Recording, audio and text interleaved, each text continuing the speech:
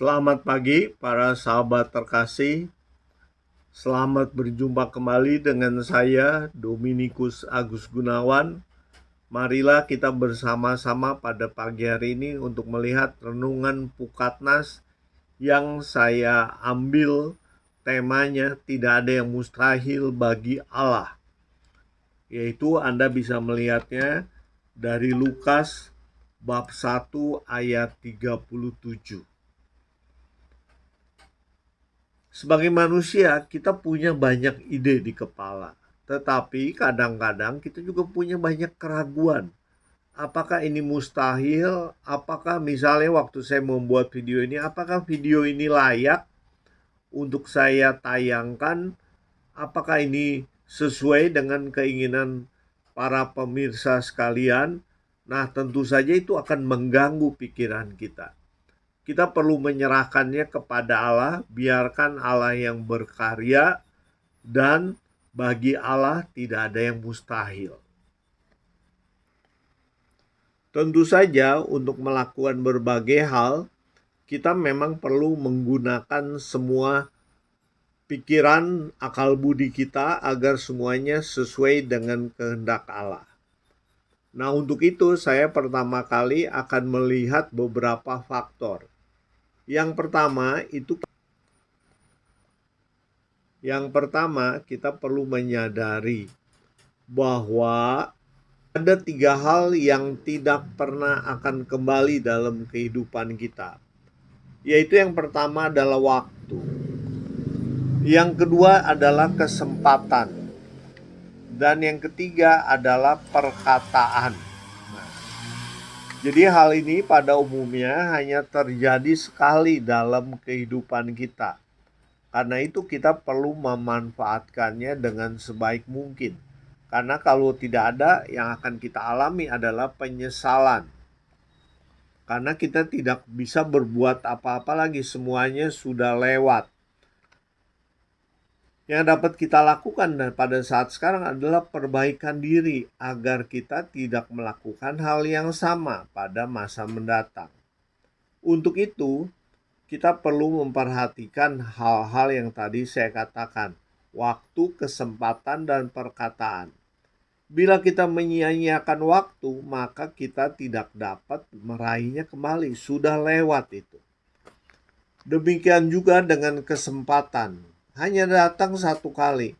Kalau kita udah dikasih kesempatan yang terbaik, tetapi kita tidak siap atau tidak mau menggunakannya, maka hanya penyesalan yang akan terjadi. Dan yang ketiga itu adalah mulut kita sendiri. Karena apa yang sudah kita katakan, yang sudah keluar dari mulut kita tidak dapat ditarik kembali. Karena sudah berdampak pada pendengar atau penerimanya. Bila kita mengucapkan kata-kata yang kotor, pasti orang itu sudah merasa sakit hati. Jadi mari kita gunakan waktu itu sebaik mungkin. Selalu siap untuk meraih kesempatan yang ada dan berpikirlah 2 kali sebelum mengucapkan kata-kata yang kasar ataupun yang kotor itu. Kemudian kita juga harus tahu ada 3 hal yang bisa menghancurkan hidup kita, yaitu kemarahan, kesombongan, dan dendam. Nafsu marah tadi akan membuat kita akan kelihatan bodoh. Kenapa? Karena tindakan kita, perkataan kita tidak berdasarkan akal sehat lagi.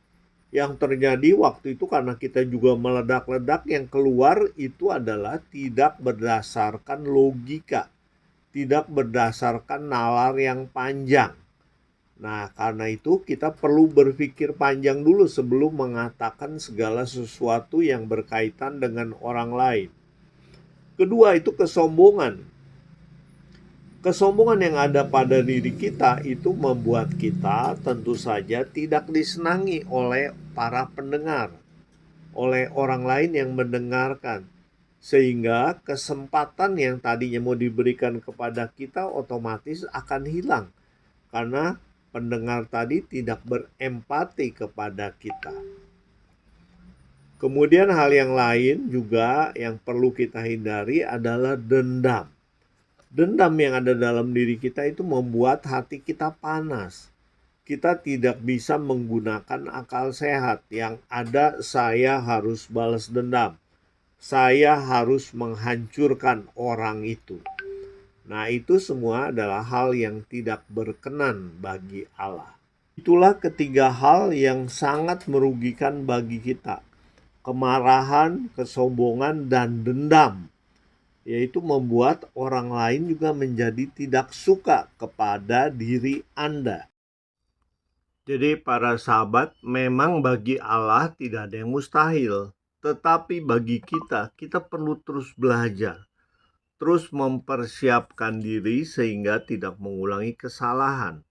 Seperti tadi, yang pertama kita perlu memanfaatkan waktu dan kesempatan yang sudah Tuhan berikan. Dan kita perlu menjaga perkataan yang keluar dari mulut kita. Kemudian juga hati-hati dengan berbagai hal yang negatif seperti kemarahan, kesombongan, dan dendam yang ada di hati kita.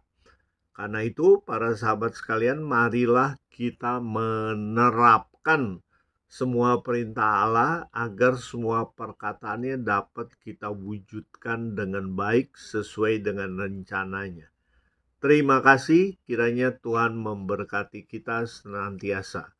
Demi nama Bapa dan Putra dan Roh Kudus. Amin.